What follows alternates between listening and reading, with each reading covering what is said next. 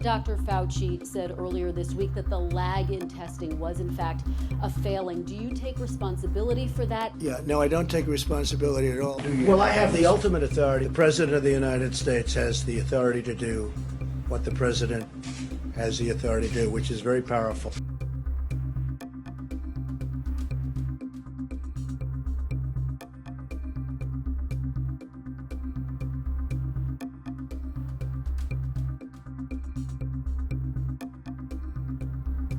Supplies are being rationed to keep up with the unprecedented coronavirus panic shopping.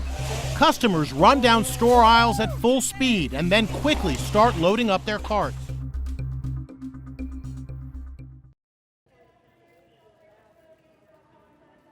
We can only sell 1 case of water per person.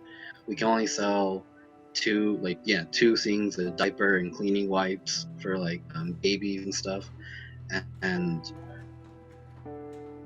I do get some people they try to buy like 7 cases of water, and I told them we can't do that. When this first became a thing, it was catastrophe pay was only necessarily for people who had come in contact with anyone who had COVID, or if you're symptomatic, or if you've actually been tested for it and you got positive, whatever.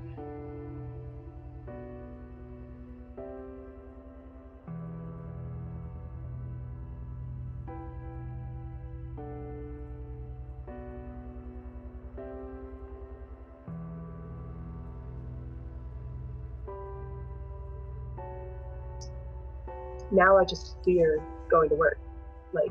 That's just it shouldn't be, but people can come in, look completely fine, and just give it to you. Here in Florida, they took a while to set up testing areas for COVID-19.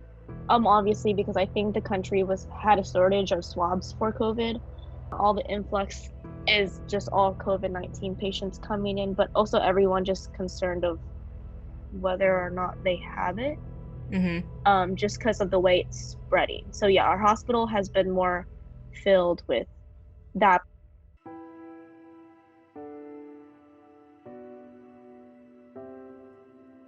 Yeah, because it takes about 7 days, which I think is kind of dumb. There has to be a way that it could be faster. It could be there's faster labs everywhere, because now you have 7 days, and sometimes we won't keep them in the hospital for the whole 7 days. We tried to, but a lot of people, if their symptoms get better, they'll sign themselves out against medical advice.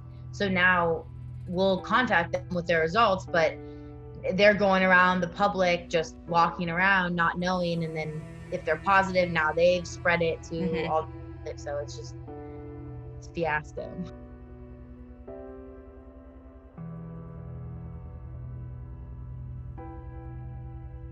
We changed the process at my ER personally of how we do the process because we're running out of PPE, personal protective equipment. So now instead of each patient room that we go into, now we're just calling those patients over the phone on the designated ER phones that we have.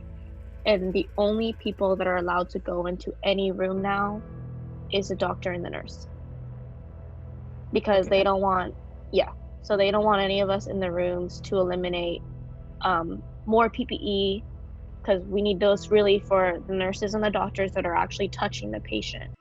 Oh, we don't have the proper equipment. I have, thankfully, the N95 mask, but I have to reuse that. I have it in a bag with my name on it, and every time I work, I have to reuse it. We just now had a meeting this past Friday that stated that we will be required to wear masks. And that's the biggest thing for me is, as a mom, what am I gonna do when I fear, getting my child sick or my husband sick? So yeah, I feel like here in Rapid City, it's a small town, but it's scary because it's a small town, so they never would have anticipated something like this happening. So they don't have the proper necessary tools, and they just don't have what we would need, if this really does get bad. The numbers are doubling every day. People who are getting sick, people who are dying.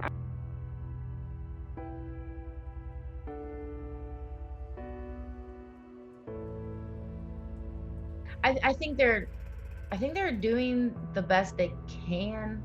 The American government, no, I do not think so.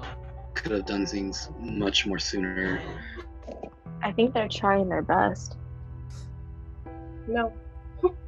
Honestly, no. Just because, like, I just think that, like, we could have, like, there's just so many things that are coming out now that I feel like are, like, way too late. President we have in office now, probably not.